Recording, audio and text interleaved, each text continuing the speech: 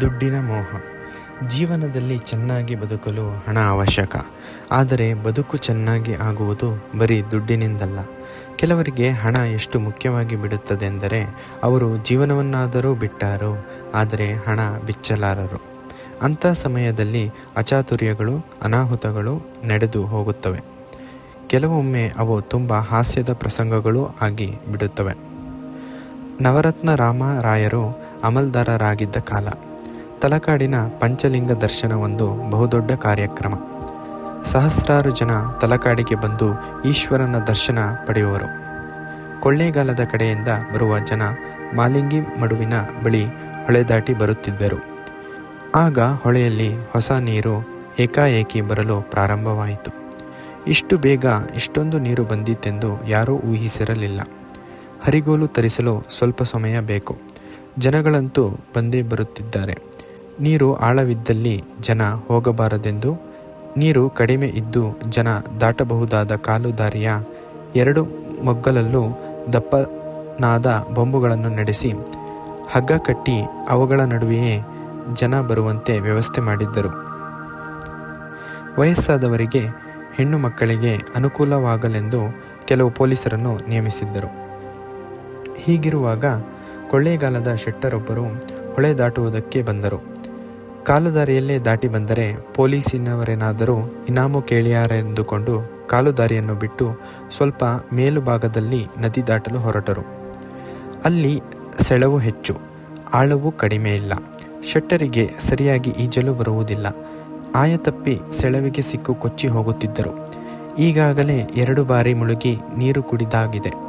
ದಂಡೆಯಲ್ಲಿದ್ದ ಪೊಲೀಸವನೊಬ್ಬ ಇವರನ್ನು ಗಮನಿಸಿ ತನ್ನ ಯೂನಿಫಾರಂನಲ್ಲೇ ನೀರಿಗೆ ಹಾರಿ ಶೆಟ್ಟರನ್ನು ಹಿಡಿದು ದಂಡೆಗೆ ಎಳೆದು ತಂದ.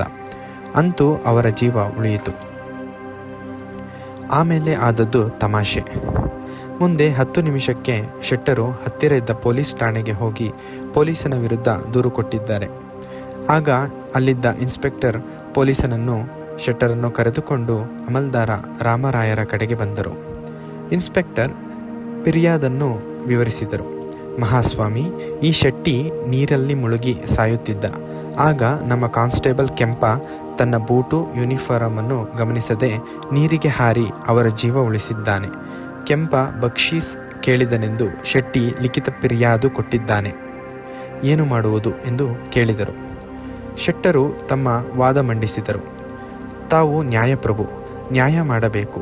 ಈ ಪೊಲೀಸಿನವನು ನನ್ನನ್ನು ಎಳೆದು ಹಾಕಿದ ಮಾತ್ರಕ್ಕೆ 5 ರೂಪಾಯಿ ಕೊಡು ಎಂದು ಕೇಳುತ್ತಾನಲ್ಲ, ಇದು ಯಾವ ನ್ಯಾಯ? ಯಾರಪ್ಪನ ಮನೆಗಂಟು ಈ 5 ರೂಪಾಯಿ? ನಾನೇನಾದರೂ ಮುಳುಗಿ ಹೋಗುತ್ತಿದ್ದೇನೆ ಎಂದು ಎಳೆದು ಹಾಕಪ್ಪ ಎಂದು ಕೇಳಿಕೊಂಡನೆ. ಅವನಾಗಿ ನನ್ನನ್ನು ಕೇಳದೆ ಎಳೆದು ಹಾಕಿದ.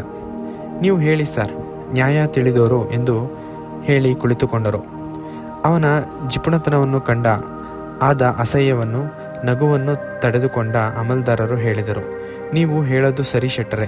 ಎಲ್ಲೋ ಕೆಂಪ, ನೀನು ಯಾಕೆ ಈ ಸಾಹುಕಾರನನ್ನು ಅವರ ಅನುಮತಿ ಇಲ್ಲದೆ ಹೊಳೆಯಿಂದ ಎಳೆದು ಹಾಕಿದೆ? ಬೇಕೂಫಾ, ನೀನು ಈಗ ಅವರನ್ನು ಮರ್ಯಾದೆಯಿಂದ ಕರೆದುಕೊಂಡು ಹೋಗಿ ಅವರು ಹೊಳೆಯಲ್ಲಿ ಎಲ್ಲಿದ್ದಾರೋ ಹೇಗಿದ್ದರೋ ಅಲ್ಲೇ ಬಿಟ್ಟು ಬಾ. ಇದು ನ್ಯಾಯವಾದ ತೀರ್ಪಲ್ಲವೇ ಸಾಹುಕಾರರೇ? ಸಾಹುಕಾರರಿಗೆ ತೀರ್ಪು ಇಷ್ಟವಾದಂತೆ ಕಾಣಲಿಲ್ಲ. ಮರಳಿ ನದಿಗೆ ಆ ಜಾಗದಲ್ಲಿ ಹೋಗುವುದು ಭಯವನ್ನುಂಟು ಮಾಡಿರಬೇಕು.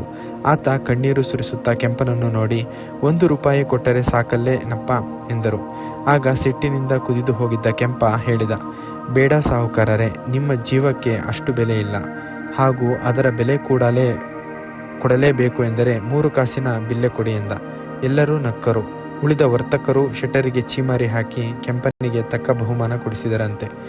ಅತಿಯಾದ ದುಡ್ಡಿನ ಮೋಹ ಏನೇನೂ ಕೆಲಸ ಮಾಡಿಸುತ್ತದೆ, ಮಾನಭಂಗ ಮಾಡಿಸುತ್ತದೆ. ಹಣ ಜೀವನ ಸೌಕರ್ಯಕ್ಕೆ ಒಂದು ಉಪಕರಣ, ಅದೇ ಜೀವನದ ಉದ್ದೇಶವಲ್ಲ.